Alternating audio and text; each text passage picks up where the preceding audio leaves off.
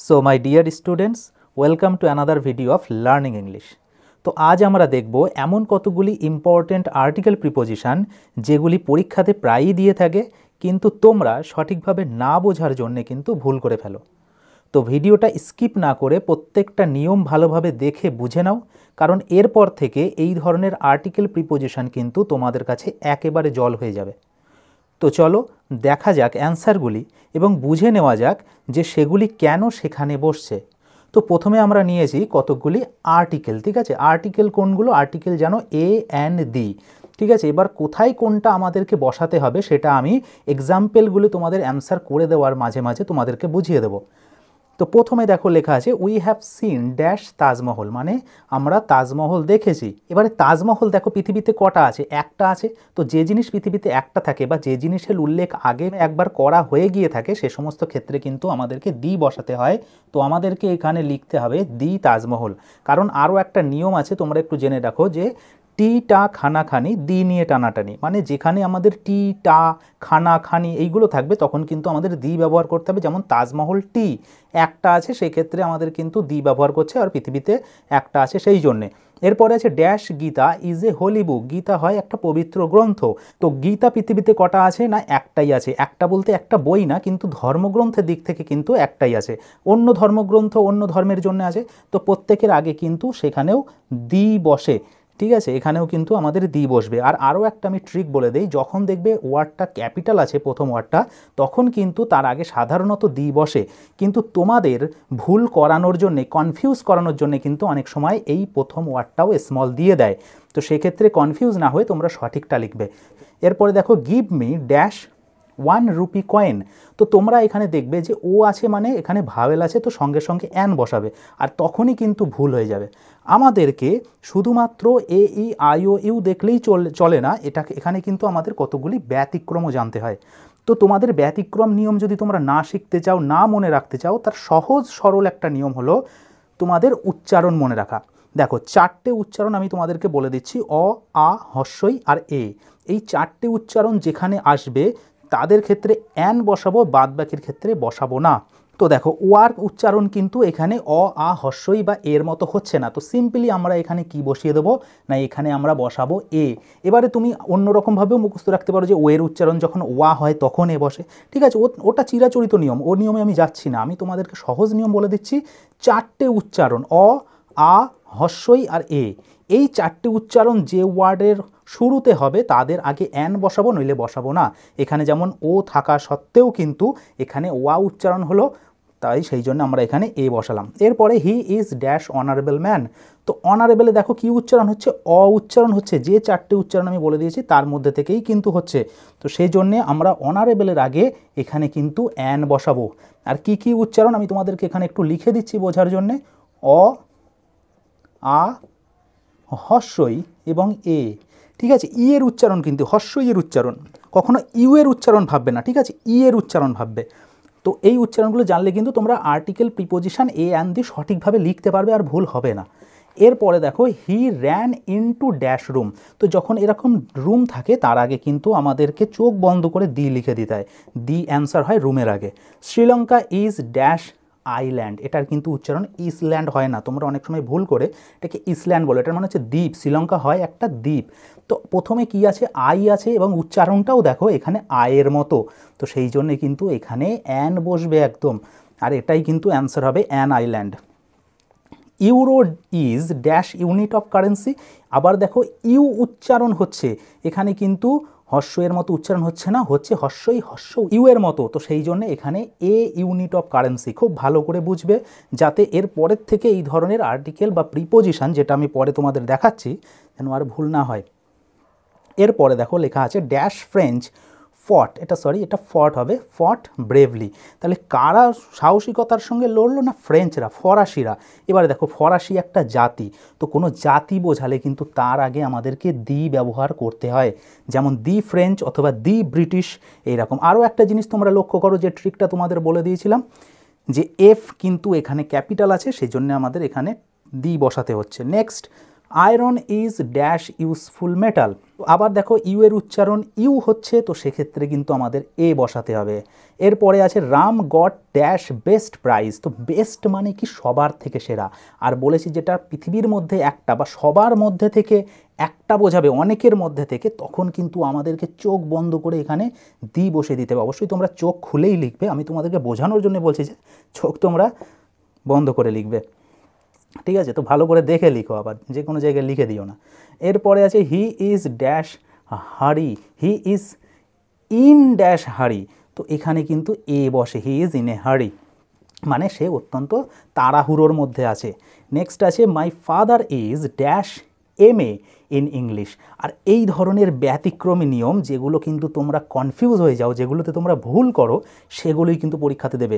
তো এই ধরনের চালাকিতে কিন্তু তোমরা পা দেবে না। ভালো করে দেখো এখানে কি লেখা আছে, এম এ, এম কনসোন্যান্ট হলেও কিন্তু উচ্চারণটা কিসের মতো, এর মতো, তাই তো? এখানে যে লিখে দিয়েছি যে এ, সেই এর মতো কিন্তু উচ্চারণ, তো সেখানে আমাদেরকে কিন্তু আবার লিখে দিতে হবে an, an M A, M A যেখানে থাকবে বা উচ্চারণটা যেখানে ভাওয়েলের মতো হবে, সেটাও লেটারটা কিন্তু ভাওয়েল নাও থাকতে পারে, তাও কিন্তু আমাদেরকে অ্যান বসাতে হবে। এরপরে আছে there is dash university in our area. আবার দেখো ইউনিভার্সিটিতে ইউ থাকা সত্ত্বেও উচ্চারণটা হচ্ছে ইউ, ইউনিভার্সিটি। তো আমাদেরকে এখানে খুব বুদ্ধি করে কিন্তু এ বসাতে হবে, তাহলেই আমরা কিন্তু ঠিকটা লিখে আসতে পারবো। নেক্সট আছে I read dash Statesman daily.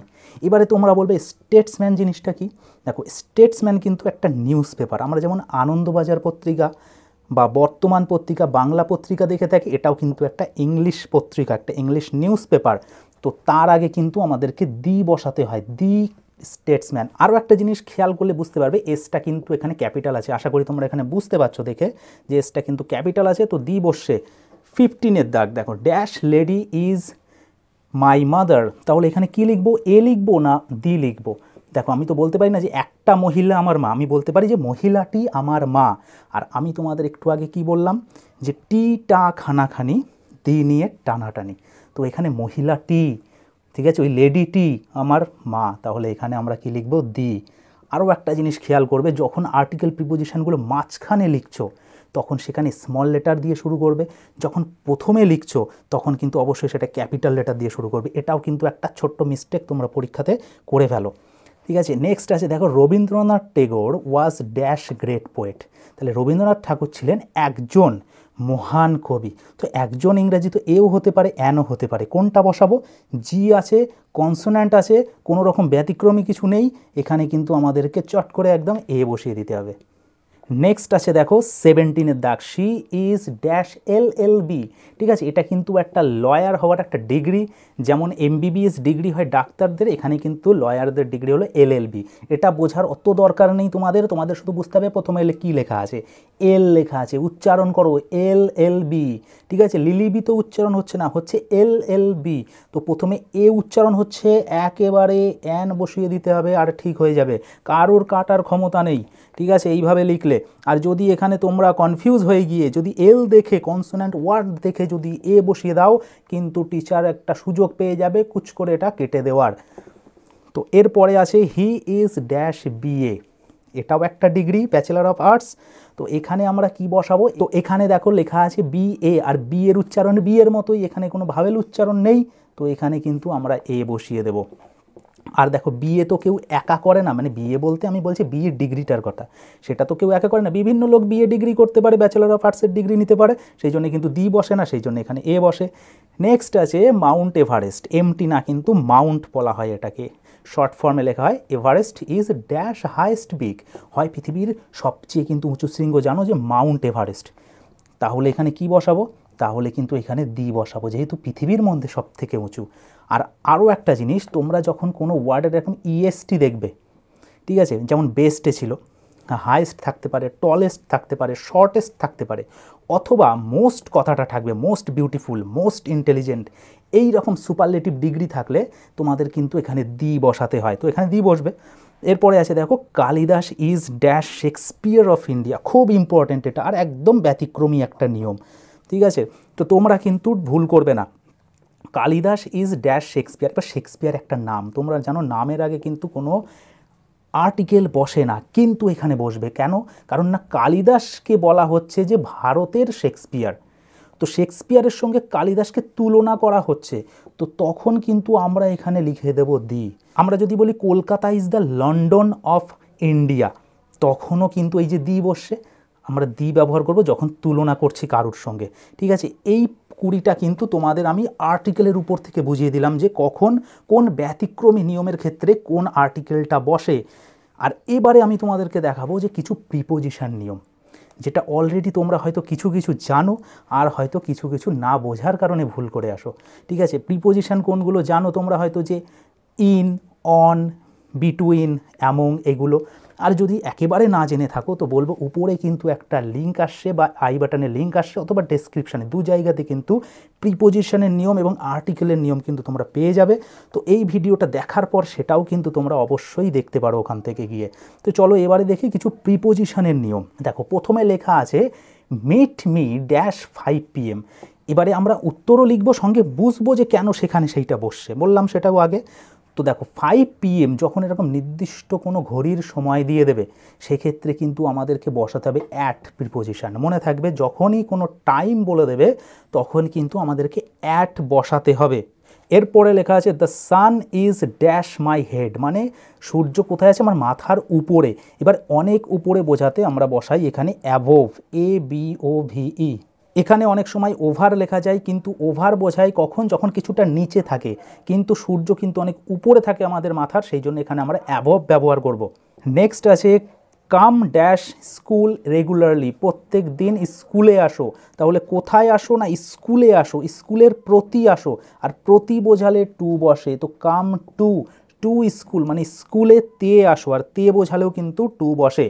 Next আছে the cow is grazing dash the field, তো যখন ড্যাশ দ্য ফিল্ড থাকবে সেটা যাই সেন্টেন্স থাক না কেন, the boys are playing, he is playing, যা থাকবে যদি ফিল্ড থাকে তখন আমরা একেবারে চোখ বন্ধ করে, মানে সরি ওই যেরকম বললাম যে চোখ খুলে ঠিকঠাক জায়গায় তোমরা কিন্তু ইন লিখে দেবে। ঠিক আছে, তো ইন দ্য ফিল্ড হয় এই সমস্ত সেন্টেন্সে। নেক্সট আছে she cut dash mango dash a knife, সে কেটেছিল, কি কেটেছিল? একটা আম, এ ম্যাঙ্গো। এখানে কোনো রকম কিন্তু ব্যতিক্রম নেই যে এখানে অ্যান বসাবো, এম এর উচ্চারণ ময়ের মতোই, আর ম কোনো রকম ভাওয়েল সাউন্ড করে না।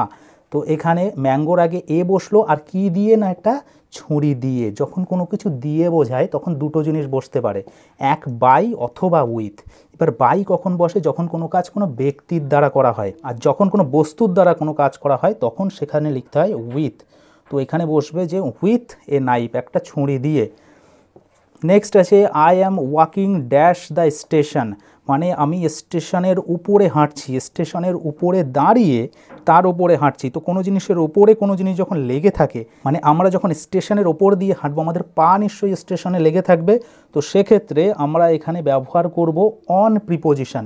তাহলে অ্যান্সারটা হবে I am walking on the station, আমি স্টেশনের উপরে হাঁটছি। নেক্সট আছে the monkey jumped dash the wall, তো বাঁদরটা ওয়ালের উপর দিয়ে লাফ মারলো। যখন আমরা সানের ক্ষেত্রে বলেছিলাম যে যখন অনেক উপরে থাকে তখন অ্যাভোভ লিখতে হয়, কিন্তু বেড়ার ওপর দিয়ে তো আর অনেক ওপর দিয়ে নিশ্চয়ই বাঁদরটা লাফ মারেনি, তো সেক্ষেত্রে কিন্তু আমরা ব্যবহার করব ওভার। ঠিক আছে, the monkey jumped over the wall, বাঁদরটা বেড়ার উপর দিয়ে লাফ মারলো। হি কেম হেয়ার ড্যাশ বাস, সে বাসে করে এলো। যখন এই রকম বাস থাকবে, ট্রেন থাকবে, এরোপ্লেন থাকবে, লরি থাকবে, যে কোনো যানবাহন থাকুক না কেন, মোটর চালিত কোনো যানবাহন থাকলে কিন্তু এখানে আমাদেরকে বাই বসাতে হয়। এটা মাথায় ভালো করে ঢুকিয়ে নাও যে আমাদের কিন্তু বাই বসাতে হবে যদি মোটর চালিত কিছু থাকে। আর এর নেক্সট সেন্টেন্সটা দেখো, লেখা আছে I came here dash bicycle, তো বাইসাইকেলে কিন্তু কোনো ধরনের মোটর থাকে না, তো সাইকেল হতে পারে অথবা পায়ে হেঁটে যখন থাকবে এখানে ফুট থাকতে পারে, অথবা বাইসাইকেল থাকলে তখন কিন্তু আমরা যে প্রিপোজিশনটা বসাবো সেটা হলো অন। সে বাইসাইকেলে করে এলো, আর আমি বাইসাইকেলে করে এলাম, তখন লিখবো I came here on bicycle. The fan is hanging dash the ceiling, ceiling থেকে পাখাটা ঝুলছে। বলার সময় আমরা কি বলছি? থেকে, আর থেকে ইংরাজি তোমরা জানো যে ফ্রম বসে, তো the fan is hanging from the ceiling হবে। নেক্সট প্রিপোজিশনগুলি দেখো, এটা কিন্তু ভীষণ ইম্পর্টেন্ট। দেখো লেখা আছে I prefer T dash coffee, মানে কফির থেকে আমি চা ভালোবাসি। ঠিক আছে, আর এই যখন প্রেফার দেখবে তুমি আর এই রকম ওয়ার্ড থাকবে, তুমি এখানে বসিয়ে দেবে to. I prefer tea to coffee, মানে আমি কফির থেকে চা ভালোবাসি, প্রিপোজিশন কিন্তু টু বসে, ভীষণ ইম্পর্ট্যান্ট এটা।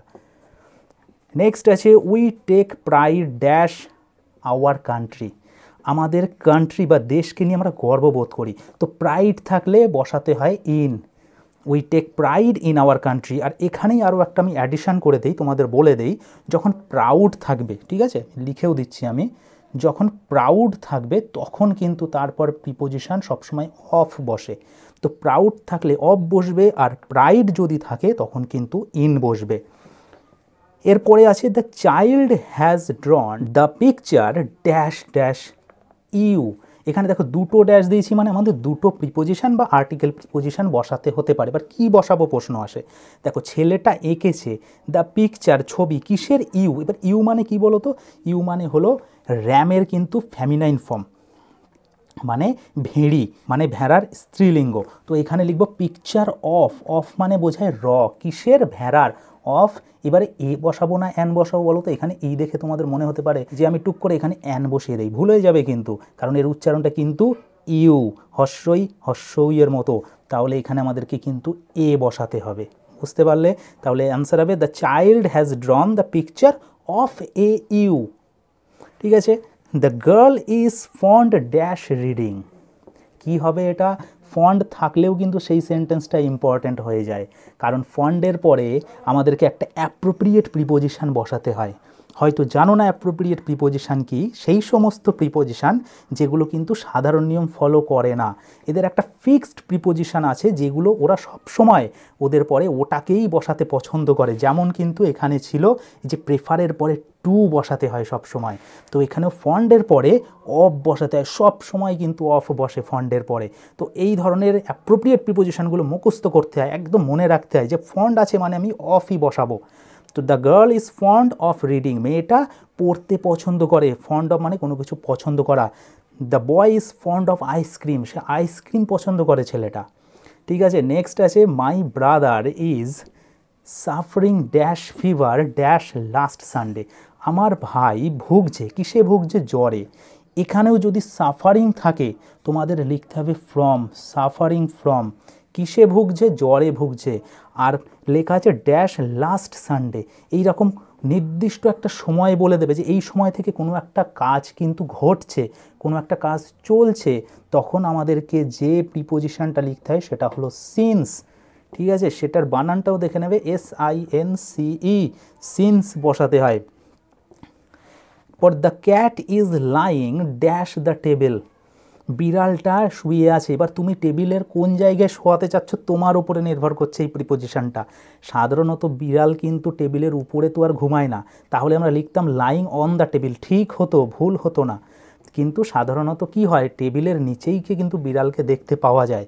তো সেক্ষেত্রে আমাদের যদি এখানে আন্ডার লিখি তাহলে এটা কিন্তু বেশি অ্যাপ্রোপ্রিয়েট হবে। তো লিখব the cat is lying under the table, বিড়ালটা টেবিলের নিচে শুয়ে আছে। নেক্সট দেখো দ্য ফরেনার, ফরেনার মানে একজন বিদেশি, যে বিদেশ থেকে এসছে। কেম ড্যাশ পর্তুগাল, কোথা থেকে এসছে, পর্তুগাল থেকে এসছে। এই পর্তুগাল ওয়ার্ডটার সঙ্গে তোমরা আশা করি ভীষণভাবে পরিচিত, কারণ সেখানকারই কিন্তু বিখ্যাত ফুটবলার রোনাল্ডো, আর রোনাল্ডোর ফ্যান তো তোমরা অনেকেই আছো। তো এখানে কিন্তু সেই পর্তুগালের কথাই বলা হয়েছে। তো এবারে দেখি এর অ্যান্সারটা কী হবে। দ্য ফরেনার কেম, কোথা থেকে, পর্তুগাল থেকে। তো থেকে মানে কি, থেকে মানে কিন্তু সবসময় ফ্রম বসে, তো এখানেও ফ্রম বসবে। নেক্সট আছে there is a hole dash the wall, সেখানে কি আছে, একটা গর্ত আছে। হোল মানে গর্ত, কোথায়, দেয়ালে। এবারে দেখো দেয়ালে যদি কোনো গর্ত থাকে তাহলে সে দেয়ালের গায়ে থাকবে না, গর্তটা কী হবে, দেয়ালের মধ্যে কিছুটা প্রবেশ করবে, কিছুটা দেয়ালের মধ্যে ঢুকে যাবে। তো যখন কোনো কিছুর মধ্যে ঢুকে যাওয়া বোঝায়, ঠিক আছে, তখন কিন্তু দুটো জিনিস বোঝে, এক হচ্ছে ইন আর এক হচ্ছে ইনটু। এবার বাইরে থেকে ভিতরে যদি কোনো জিনিস বেগে ঢুকে যায়, কোনো চলতে চলতে যদি ঢুকে যায় তখন ইনটু বসে, আর আগে থেকে যদি কোনো জিনিস ভিতরে থাকে তাহলে ইন বসে। তো দেখো গর্তটা তো আগে থেকেই দেয়ালের গায়ে তৈরি হয়েছিল, মানে ভিতরে ঢুকেছিল, তো সেই জন্য এখানে কিন্তু শুধু ইন বসবে। There is a hole in the wall, দেয়ালের গায়ে একটা ছিদ্র আছে। এরপরে আছে হি এক্সপায়ার্ড ড্যাশ একটা সময় বলে দেওয়া রয়েছে আর ড্যাশ ওয়েনেসডে। এবার এক্সপায়ার্ড মানে তোমরা বলবে এটা তো ওষুধের গায়ে লেখা থাকে, হি এর পরে কেন লেখা আছে? দেখো শুধুমাত্র ওষুধেরই কিন্তু এক্সপায়ারি হয় না, মানুষেরও এক্সপায়ারি হয়। কিছুদিন পর বা একটা নির্দিষ্ট এজের পরে, একটা বয়সের পরে কিন্তু মানুষও এক্সপায়ার হয়ে যায়, মানে মানুষও কিন্তু মরে যায়। তো সেই এখানে কিন্তু ডেথের কথাই কিন্তু বলা হচ্ছে এখানে এক্সপায়ার্ডের মাধ্যমে। তো হি এক্সপায়ার্ড, সে মারা গিয়েছিল কোন সময়ে, একটা নির্দিষ্ট তারিখ বলে দিয়েছে, একটা নির্দিষ্ট ডেট বলে দিয়েছে। আর জানো আমি তোমাদের একটু আগে বললাম যে ডেটের আগে কিন্তু অ্যাট বসে, তো অ্যাট 5:55 PM 5:55 বিকেলবেলা। আর কোন সময়? ওয়েনেসডে। আর নির্দিষ্ট বারের আগে কিন্তু এখানে অন বসে, ঠিক আছে, নির্দিষ্ট বারের আগে অন বসে। তোমাদের আরও একটু বলে রাখি যে যখন বারের আগে যেমন অন বসে সেরকম মাসের আগে কিন্তু ইন বসে, মানে ইন জুলাই, ইন ফেব্রুয়ারি, এইরকম। বছরের আগেও ইন বসে, ইন 2013, ইন 2024, ইন 2025, এইরকম। ঠিক আছে, এগুলো তুমি জেনে রাখলে যাতে এগুলো তোমার পরীক্ষায় নেক্সট টাইম আসলে আর যাতে ভুল না হয়। ঠিক আছে, প্রত্যেকটা নিয়ম কিন্তু ভালো করে মনে রাখতে হবে, কারণ এগুলো খুব বেশি কঠিন না। তোমাদের কিন্তু একটু মনে রাখো না বা ভালো করে বোঝো না বলে বারবার ভুল করে ফেলো। ঠিক আছে, তো দেখো পরে আছে Manisha is afraid dash lizards. Manisha টিকটিকির ভয় পায়। এবার টিকটিকির ভয় পায়, এখানে টিকটিকির র বোঝাচ্ছে, আর র বসালে কিন্তু বা র বোঝালে কিন্তু অফ বসে। আর এখানে একটা অ্যাপ্রোপ্রিয়েট প্রিপোজিশান বসে। এই যে অ্যাফ্রেইড যে ওয়ার্ডটা, এটার কিন্তু অ্যাপ্রোপ্রিয়েট প্রিপোজিশান হলো অফ, মানে অ্যাফ্রেইড থাকলে তোমাকে অফ বসাতেই হবে সেখানে, তুমি নিজের ইচ্ছা মতো কিন্তু প্রিপোজিশান বসাতে পারবে না। নেক্সট আছে দেখো, he is blind dash his faults. ঠিক আছে, মানে কি, সে তার দোষের প্রতি অন্ধ। এখানে কিন্তু সে চোখে অন্ধ না, সে তার নিজের দোষগুলো দেখতে পায় না। ঠিক আছে, অন্ধ দু রকমের হয়, এক চোখে অন্ধ আর এক হচ্ছে নিজের কৃতকার্য, নিজের খারাপ কাজ দেখতে পায় না, সে এক ধরনের অন্ধ।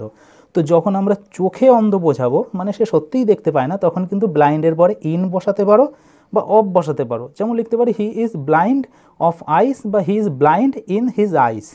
কিন্তু যখন ফল্ট বলেছে, তার দোষ বুঝিয়েছে, তখন যে প্রিপোজিশনটা বসাবো সেটা হলো টু। আর এই সেন্টেন্সটাই কিন্তু বেশিরভাগ দিয়ে থাকে যদি ব্লাইন্ড নিয়ে দেয়, যে তার ফল্ট, তার দোষের প্রতি সে অন্ধ, সেই জন্যে কিন্তু ব্লাইন্ডের পরে টু বসাতে হয়।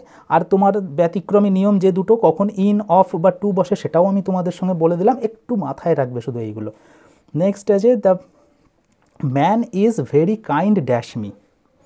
ঠিক আছে, লোকটা আমার প্রতি খুবই সদয়। আর 43-এর দাগ কত আছে না, I want to buy dash indigo hat. আমি ওই ইন্ডিগো কালারের টুপিটা কিনতে চাই। তো এই দুটো আমি তোমাদেরকে বলবো না, এই দুটো তোমরা কমেন্টে আমাকে লিখে জানাবে যে এই দুটোর অ্যান্সার কী হতে পারে।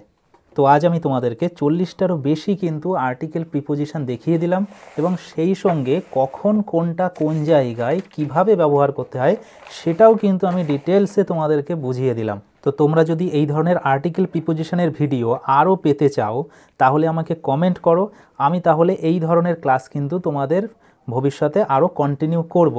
আর শেষে তোমাদের কাছে একটা ছোট্ট রিকোয়েস্ট, যদি ভিডিওটা তোমাদের কাছে ইনফরমেটিভ লেগে থাকে, যদি এখান থেকে কিছু শিখতে পারো নতুন কিছু, তো অবশ্যই ভিডিওটাতে লাইক দিয়ে চ্যানেলটাকে সাবস্ক্রাইব করে রাখো, যাতে এই ধরনের ভিডিও আমি নেক্সট টাইম যখনই আপলোড করব সবার প্রথমে তুমি সেটা পেতে পারো।